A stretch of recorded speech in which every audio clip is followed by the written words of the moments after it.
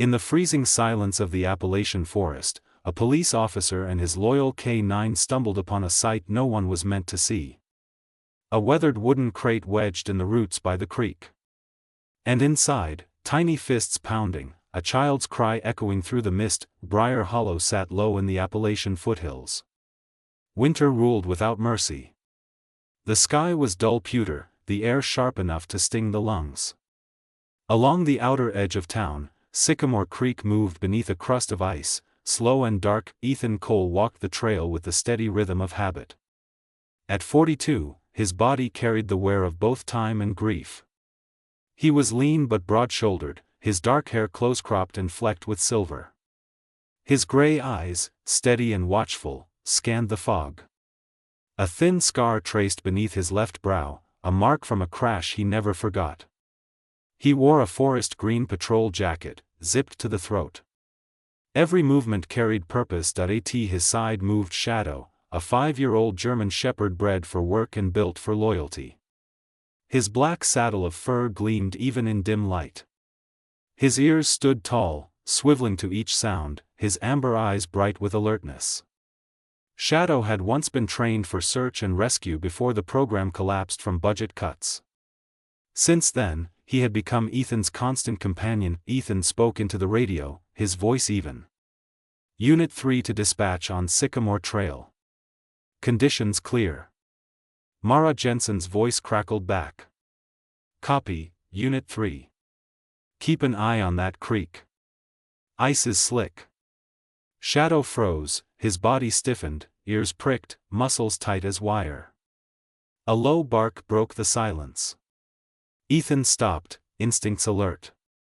Shadow darted toward the creek, nose down, tail rigid. At the bend of the creek, where water pushed against a snarl of roots, something lay half submerged.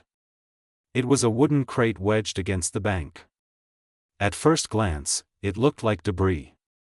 But then it moved, not with the pull of water, but with a shudder from inside. Ethan's pulse kicked hard. He dropped to his knees at the edge. The crate was wedged tight. He reached, bracing himself, and pulled. Shadow clamped his teeth on Ethan's collar and leaned back, lending force. With a sharp snap, the crate broke free. The lid was tied shut with coarse rope. Ethan pulled his knife and sliced through the knot. He lifted the lid. Inside, curled small, was a child. A boy, no more than 3, with tangled blonde hair plastered to his forehead. His face was pale, lips edged with blue. He wore a soaked shirt, denim clinging heavy with water. In his arms, he clutched a stuffed bear. His eyelids fluttered and the faintest sound escaped cracked lips. Mama. The word sliced through Ethan like a blade. For an instant, he saw another child, a memory framed by twisted metal and silence. He forced it down. This was not that night. This was now. Easy, buddy, Ethan murmured. He pulled off his jacket, wrapping the boy tight. The child was frighteningly light, but still alive. Ethan held him close, chest to chest, sharing heat. Ethan pressed the radio. Unit 3 to dispatch. I have a child. Male, approximately 3 years old, alive, but hypothermic. Request EMS at the Sycamore elbow. Immediate. Mara's voice cracked for just a second. Copy, Unit 3, ambulance en route. Step by step, Ethan started down the trail, the boy bundled tight in his arms, small fists clutching at fabric. Shadow pressed to Ethan's side. Then, faint but clear, the boy whispered again. Mama. The town clinic stood at the edge of Main Street. Its windows were lit yellow against the gray morning when Ethan Cole pushed through the front door, Shadow padding close, and the small bundled boy cradled against his chest. Helen Brooks, the clinic's head nurse, turned as they entered. Helen was in her late 40s, tall and narrow, with chestnut hair pinned up in a loose bun streaked with gray. Her gaze landed on the boy, and the lines around her eyes deepened. Get those wet clothes off, she ordered, her voice firm but calm. We need to warm him slowly. Ethan obeyed, stripping the soaked shirt and pants from the boy's trembling frame, while Helen worked quickly, wrapping him in a heated blanket. "Weak pulse, shallow breathing," she murmured. "But he's fighting." Shadow settled near the door, eyes fixed on the child. Ethan crouched beside the table, steadying the boy's shoulder with one hand while Helen worked. The clinic door opened again and Sheriff Paul Denton stepped in. At 50, Paul was tall and broad, his presence filling the small space. His dark hair was threaded with white and a trimmed beard covered a square jaw. He had been sheriff for 2 decades. "Cole," the sheriff said, his voice low but steady. "Tell me what happened." "Found him in a wooden crate wedged in the creek. Alive but barely. Couldn't be an accident.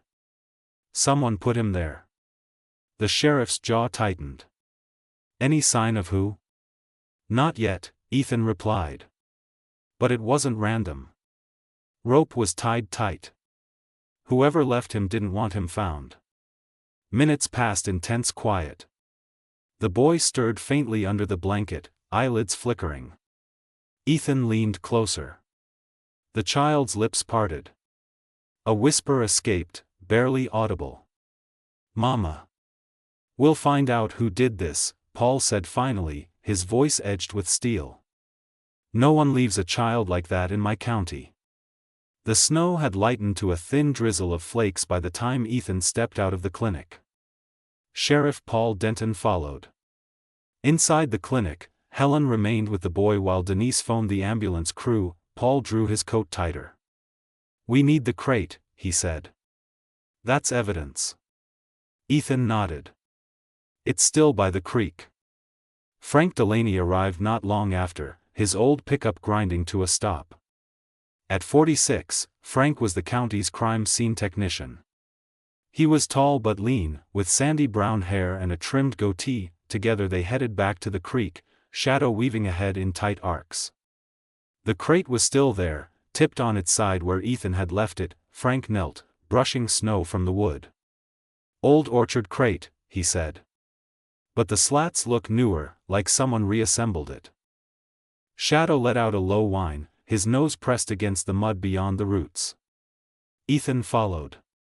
There, half hidden beneath the frost, was the outline of a boot print. Frank leaned close. "Work boot, size 11, maybe 12. Good weight on the heel." The trail led to a clearing where tire tracks bit into the frozen ground. "Truck, dual rear tires, heavy load," Ethan observed. The sheriff exhaled. "Truck, crate, work boots, someone local. You don't carry a child into the woods in a box unless you know the back trails." The day wore on without warmth. Ethan Cole drove slowly back toward Main Street with Sheriff Paul Denton in the passenger seat and Shadow curled in the back. They parked near the sheriff's office. Inside, 2 deputies sat at desks, their chatter dropping to a hush as the men entered with Shadow trailing behind. Before Ethan could answer, the office door creaked open. Deputy Mark Hanley stepped in. He was in his early 30s with a rangy build and sandy hair cut short. "Sheriff," Mark said. "We've had visitors." Caldwell came by. Paul's brow darkened. "The mayor?" "Yeah. Said he heard about a child, asked if it was true. He didn't stay long, just wanted to know what we had."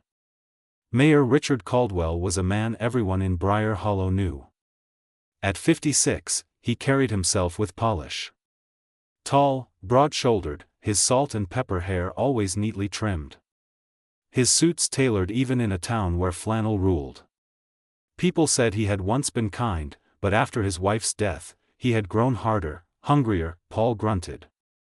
"Caldwell showing up now means he knows more than he should." Mark hesitated. "He asked me if the boy was alive." "Just like that?"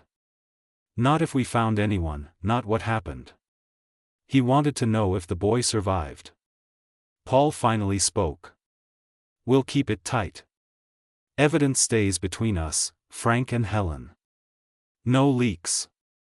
The phone on Paul's desk rang. He snatched it up, listening briefly. That was Helen. The boy woke again just for a moment. He said one word. Truck. Ethan exchanged a look with Paul.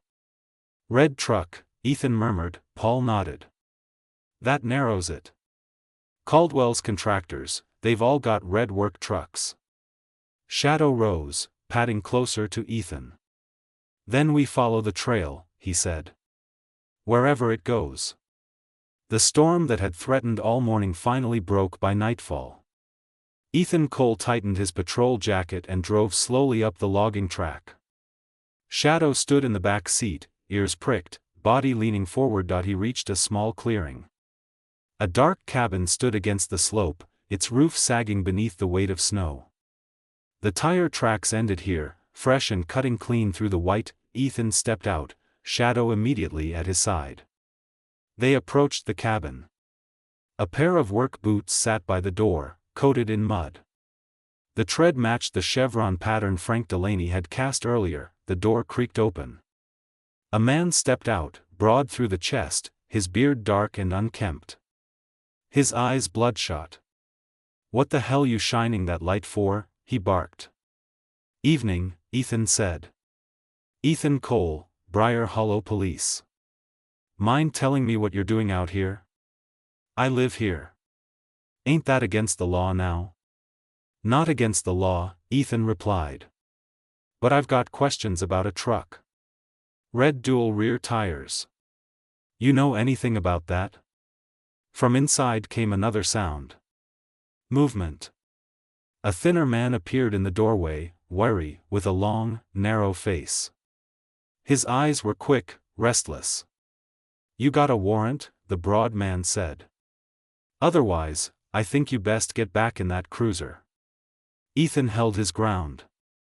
"We found a child today, left to die in a crate by the creek. Tire tracks led here.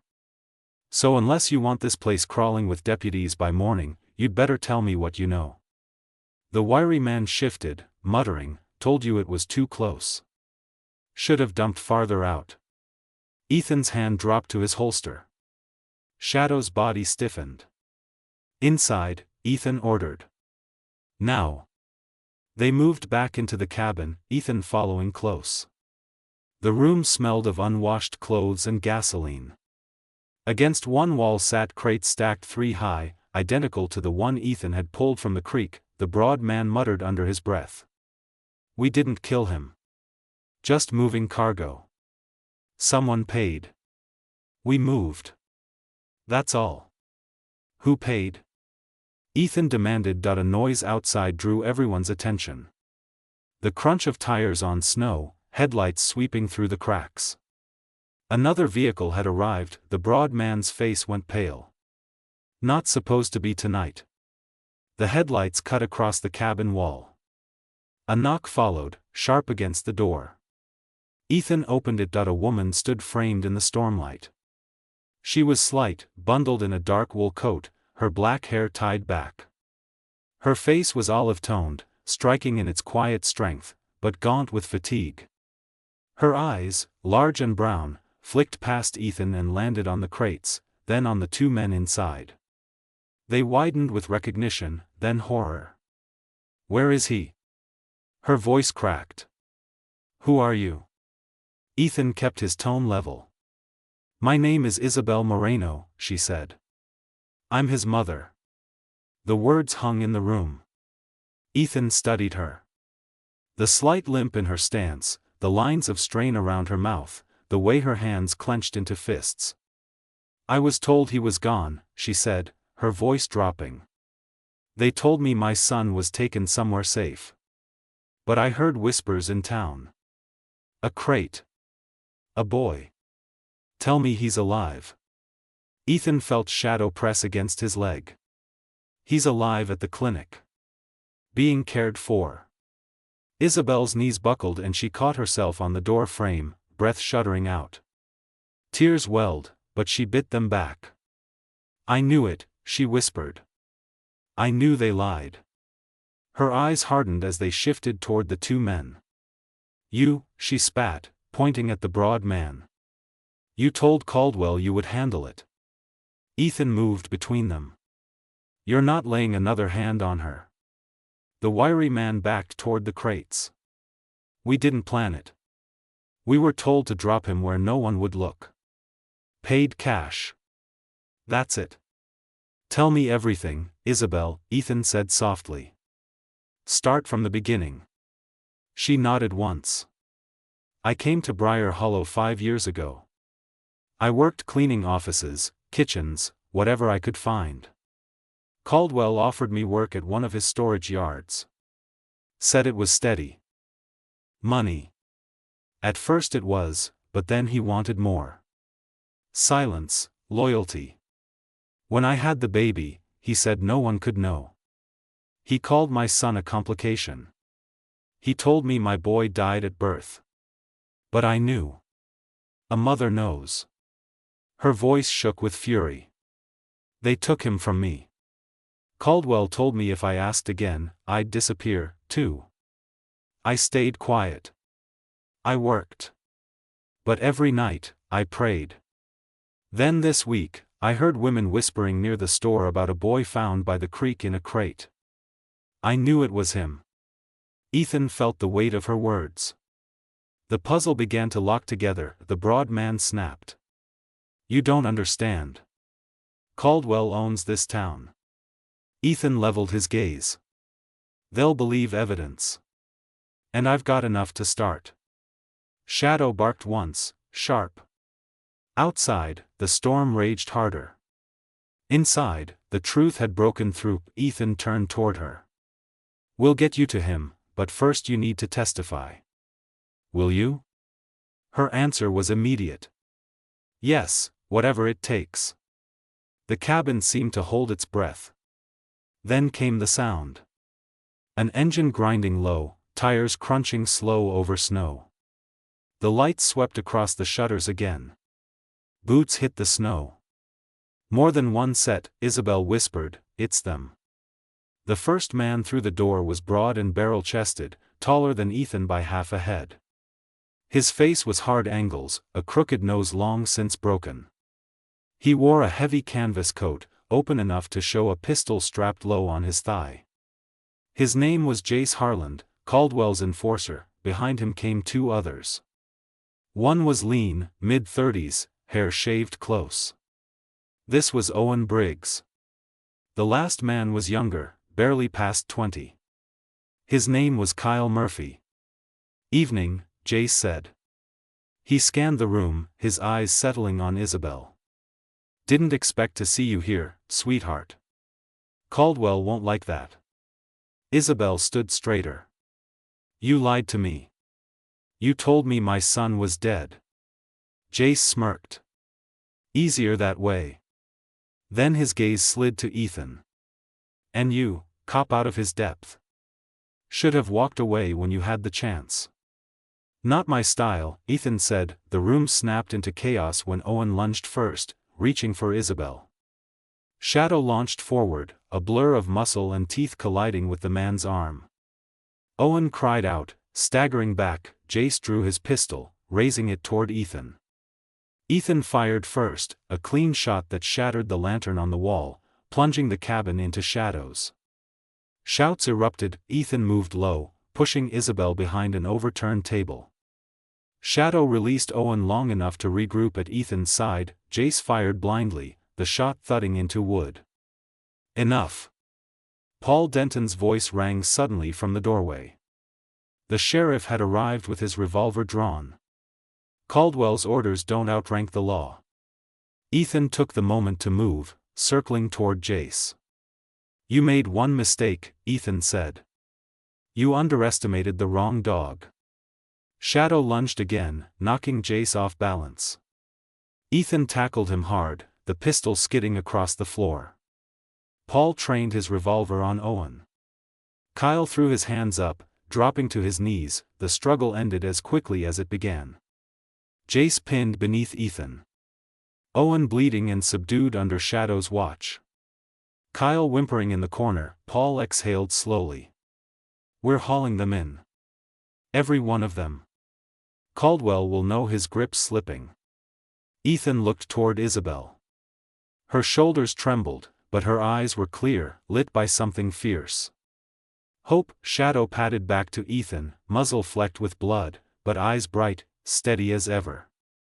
Outside the snowstorm swallowed the clearing, but inside the cabin the tide had turned, morning broke clear and cold over Briar Hollow. Snow glittered on rooftops. At the courthouse on Main Street, people gathered in heavy coats. Word had spread fast. Mayor Richard Caldwell would finally face the law. Inside, the courtroom was modest but packed. Judge Howard Whitaker adjusted his spectacles. He was in his early 60s, known for his stern fairness. Ethan Cole sat near the plaintiff's table, Shadow at his feet. Isabel Moreno sat beside Ethan, her dark hair brushed and pinned. Her hands clasped a thin chain with a small medallion. Sheriff Paul Denton stood tall, arms crossed. The bailiff called for silence, and Caldwell entered with his attorney. Caldwell's once impeccable composure was strained. The tailored suit sat stiff on his broad frame, his steel-gray eyes colder than ever. The trial opened with testimonies. Frank presented the evidence.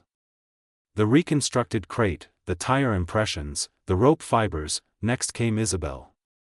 She rose slowly, voice trembling at first, but gaining force. She told of her arrival in Briar Hollow, of Caldwell's promise of steady work, of his control, and of the night her son was taken.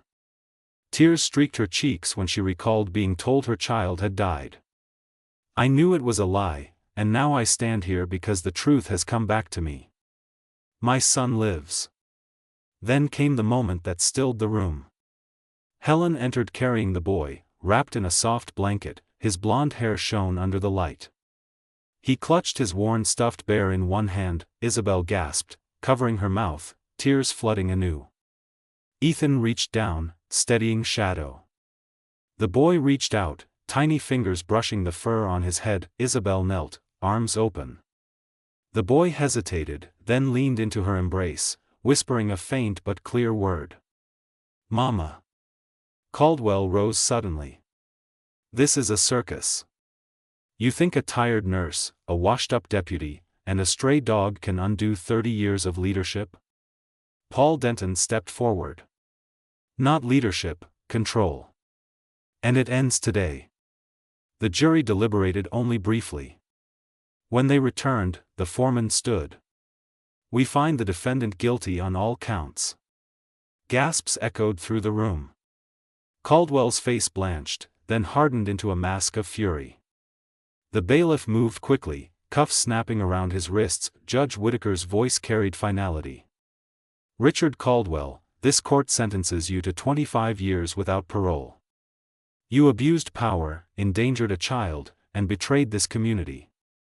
Justice is served." Outside, the townspeople spilled into the square.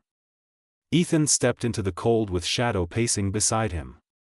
Isabel walked ahead, her son in her arms, pressing kisses to his hair. Sheriff Paul lingered nearby, nodding at Ethan with quiet respect. "Looks like Briar Hollow's got its soul back."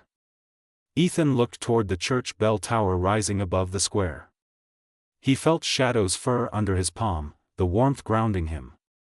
For the first time in years, the ache in his chest eased, and as Isabel lifted her boy higher, the child's laughter ringing in the winter air, Ethan allowed himself a rare smile. Sometimes God works in ways we cannot see.